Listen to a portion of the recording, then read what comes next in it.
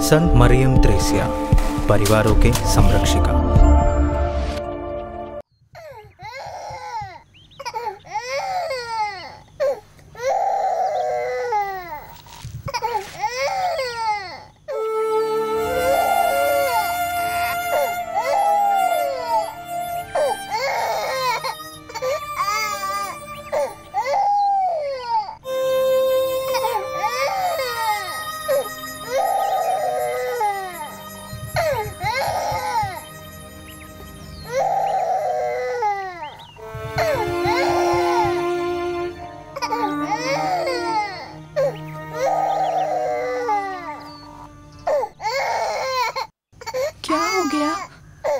मेरी बेटी चिरू, चिरू,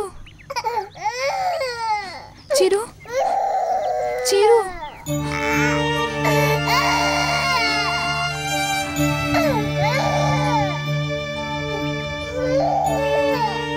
चिरू, चिरू, इसकी सांसें रुक गई है। वो मर गई है मदर।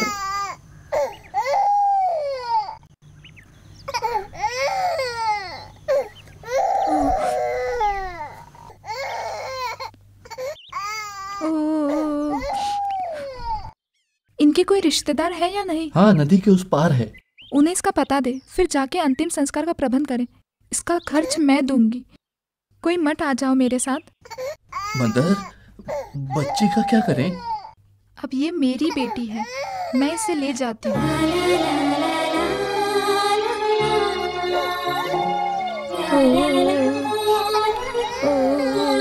बच्ची रो मत।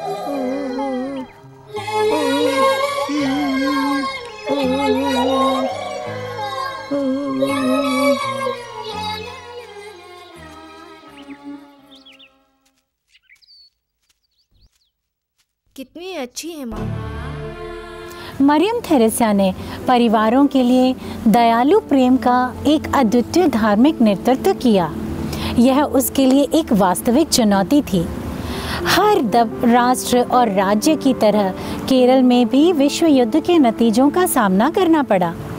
गरीबों, बीमारों, कमज़ोरों, एकाकी और समाज में दबे कुचले लोगों के लिए उदासीनता प्रबल थी।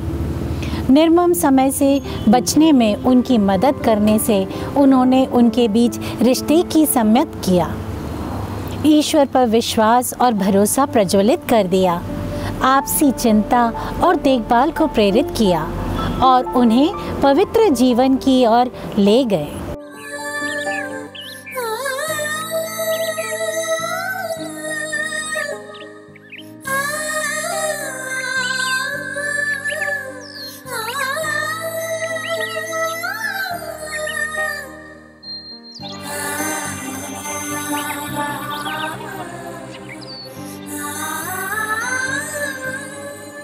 अठारहवीं अंत और 19वीं शताब्दी के प्रारंभ में मरियम थेरेसिया केरल में दलितों, वंचितों और निराश्रितों के प्रेरितों के रूप में उनके करिश्मे को पूरा किया।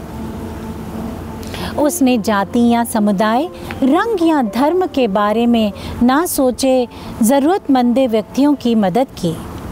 उसके जोशीले कदम के पीछे का रहस्य क्रूस पर चढ़ाया हुआ मसीहा था, जिसका चेहरा उसने पीड़ित मानवता में देखा। वह विशेष रूप से बीमार लोगों की देखभाल करने और मरने वालों को आध्यात्मिक सलाह देने के बारे में चिंतित थी।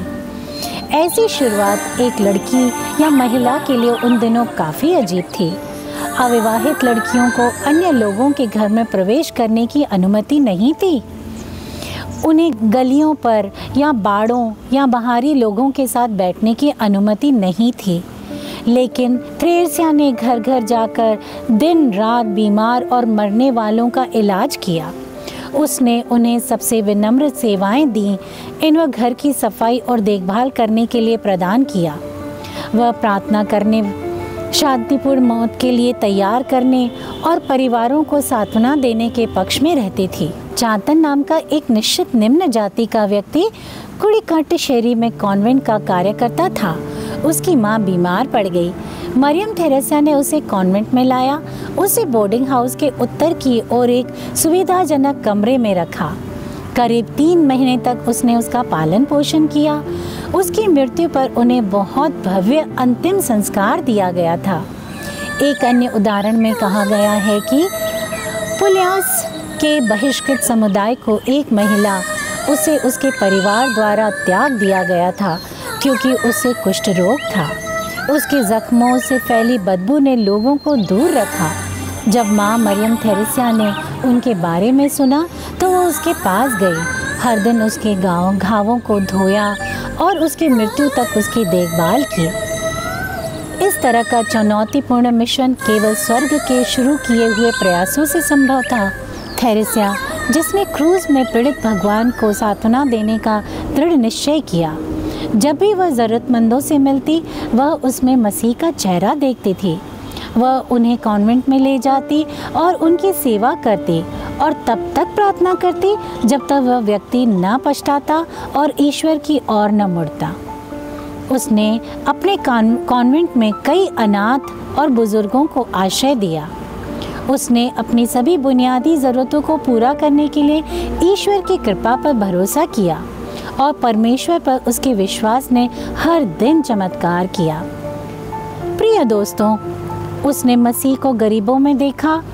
उनका रोना उनके क्रूज से यीशु मसीह का रोना था। जितनी गहराई से उसने मसीह का मनन किया, उसने हर जगह और किसी भी चीज़ में मसीह को देखा।